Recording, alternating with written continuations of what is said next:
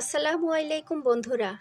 আজ আমি এমন একটি রেসিপি নিয়ে আসছি যেটা কিনা আপনারা স্বামী শাশুড়ি যাকে করে খাওয়ান না কেন সে আপনার বশে চলে আসবে। দিল ঠান্ডা করা একটি রেসিপি, সাবুর পায়েস। প্রথমে আমি কাজু বাদাম এবং কাঠবাদাম কুচি করে নিয়েছি। এখন সেগুলো ঘিতে ভেজে তুলে নিব। তারপর কড়াইতে আরও একটু ঘি দিয়ে সাবুর দানাগুলো ভেজে নিব।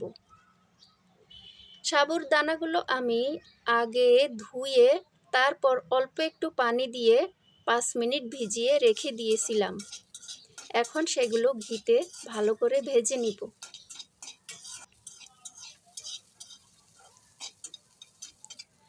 ভাজা হয়ে গেলে এবার আমি অন্যদিকে একটা হাঁড়ি বসিয়ে তাতে দিয়ে দিব 1 লিটার পরিমাণ দুধ।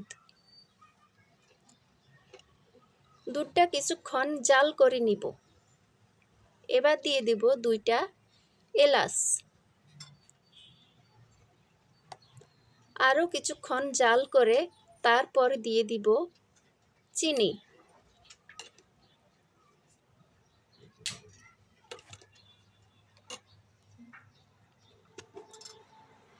চিনি আপনারা যে যেরকম মিষ্টি খান সে সেরকম ব্যবহার করবেন।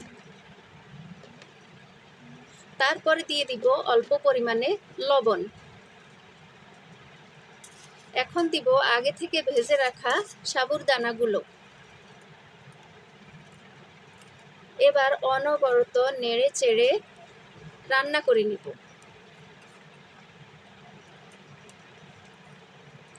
এখানে অনবরত নাড়তে হবে, দুধটা যেন নিচে পোড়া না লেগে যায় সেদিকে খেয়াল করতে হবে।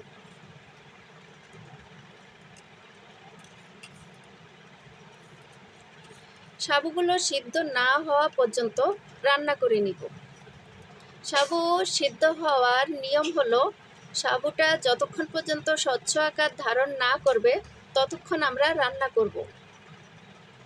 আমার সাবুটা এখনও সেদ্ধ হয়নি, ভিতরে এখনও সাদা রয়েছে। আমি আরও কিছুক্ষণ রান্না করে নিব। এখন দিয়ে দিব আগে থেকে ভেজে রাখা বাদাম কুচি।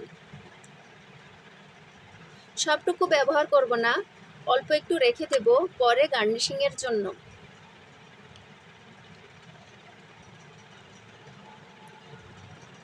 আরও কিছুক্ষণ নেড়ে চেড়ে রান্না করে তারপর নামিয়ে নিব।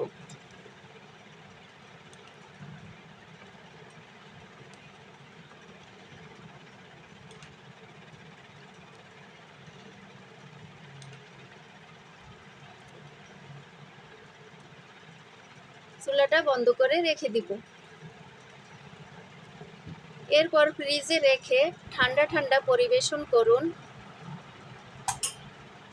যাকে খাওয়ান না কেন সে আপনার বশে চলে আসবে। এই গরমে যাকে আপনি খাওয়াবেন সে আপনার প্রশংসা করতে বাধ্য হবে। ধন্যবাদ সবাইকে। আল্লাহ হাফেজ।